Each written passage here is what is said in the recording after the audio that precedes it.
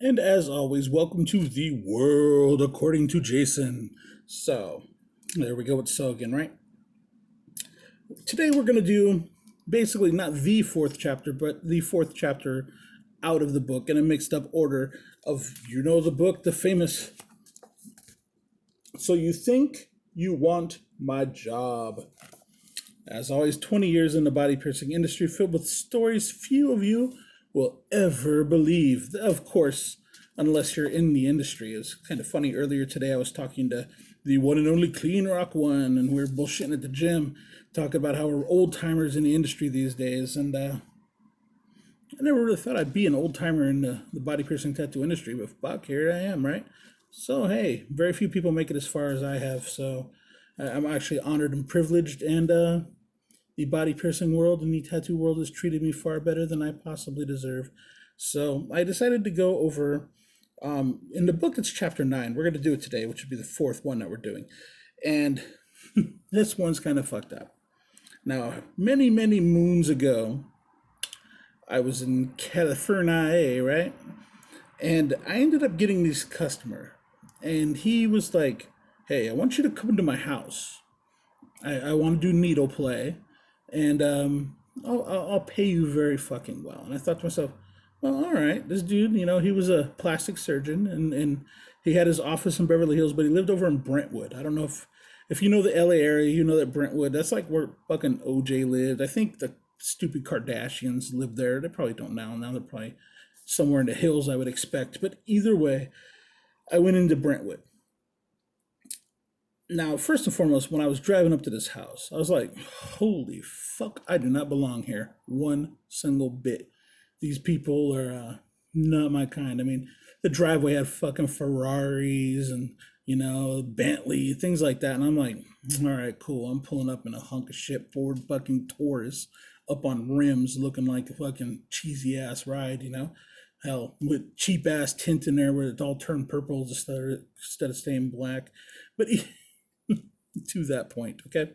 So I go in the house and they're like this. Okay, cool. Here's what we want you to do. We want you to run all these 20 to 22 gauge needles, and he wanted me to run them through like 10, 15 of them through his nipples, through the head of his fucking dick, through his wife's nipples, through all of her labia.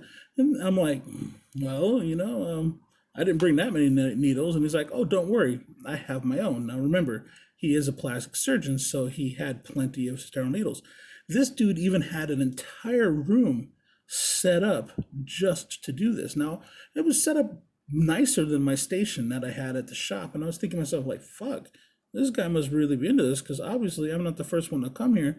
That or him and his wife have been getting down with the freaky for a hot minute.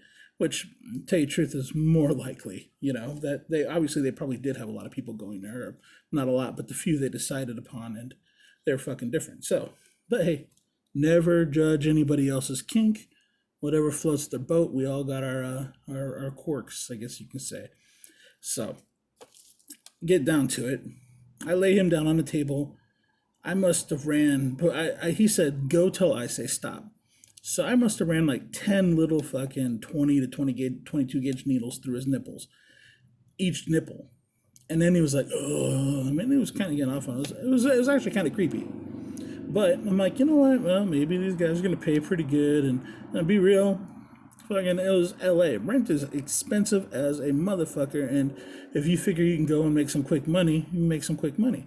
So then I wait, and then I ran through, like, basically doing, like, in a sense, like Aphrodisias and Ampelangs. With a small needle like that, it's actually a pain in the ass, but these were actually really long, believe it or not. He had really long needles. So I'm running these till he says stop again. I probably ran about 10 to 15 needles through the head of his penis. Basically, Aphrodisia, Ampelang. So if you don't know, Aphrodisia up and down, Ampelang across, things like that. And like a couple little diodes, which would be the sides, etc. Now on her, he kept all these in, and he went and he kind of sat in this little chair in the corner, and that was kind of creepy enough. So then I get to her, and be real, fucking beautiful, man. If you like a white girl, this was the white girl of white girls, like that milky white skin, the red hair, fucking big fake ass titties, but done properly. You know, I mean, I'm gonna be real. Sometimes you get those fake boobs and it looks like some weird little thing just stuck there. You know, I mean, she actually had like the proportions to make it all work. Where instead of, a lot of girls got no butt but fake giant boobs. You know, so you got to have like comparable proportions, I guess. And she was literally on a 1 to 10 scale. I would put her at a straight 9. Granted, store bought 9, but a 9 on the same. I mean, he did some good work with this girl.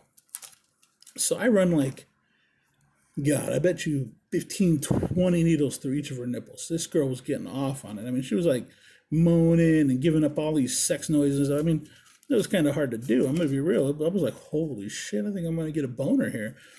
And then I get to her labia, and I probably did another 15 per side, and then finally she says, stop. And then I'm like, okay, cool. Well, you want me to pull all this stuff out? And then he's like, no, no, no, no, no. I'm going to pull it all out. Everything's corked off, mind you, okay? And he's like, I'm going to pull it all out. That's kind of our thing. I like to take the jewelry out, or take the needles out of her, and she likes to help take the needles out of me. That's just their kink, okay? They're in the needle play. And I'm like, okay, cool. I mean, I'm really kind of like, be real, fish out of fucking water with this situation. I'm like, I've never been in no situation like this at that time, I mean, I was young, fresh to the game, and here this time I got like some rich ass fucking plastic surgeon doctor. I'm in fucking Brentwood, I'm like, holy fuck. And then here this dude is like, just like, oh no, I like to pull the needles out. She likes to pull them out of me. And he's got like this friggin' dime piece of an old lady. And I'm like, all right. He's like, well, we'd really like to give you a tip. And I'm like, okay. And he's like, well, because the money's out there on the table. There's an envelope in the foyer or whatever. I live in the fucking hood in the studio, at that time. So foyer was damn near the size of my fucking apartment. He's like, there's an envelope in there for you, but we want to give you a tip first. I'm like, well, yeah, sure. Okay, cool. I'm down. I got rent. I think it was like $1,000 a month for a fucking studio, And then he's like, well, I'd really love for, my wife to suck your cock while I jerk off. And I was like, what? What? But then this girl drops right down on her knees. So I'll be real. I let her suck my dick. And she did an awesome job. I didn't look it over at the creepy doctor, but I called him Dr. Freakenstein. Not Frankenstein, but Freakenstein. So yeah, I let her give me head.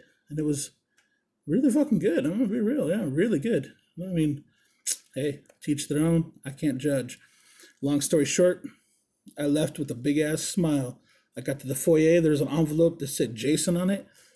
$1,000 fucking dollars. So yeah, I guess in a way, I was these people's hooker.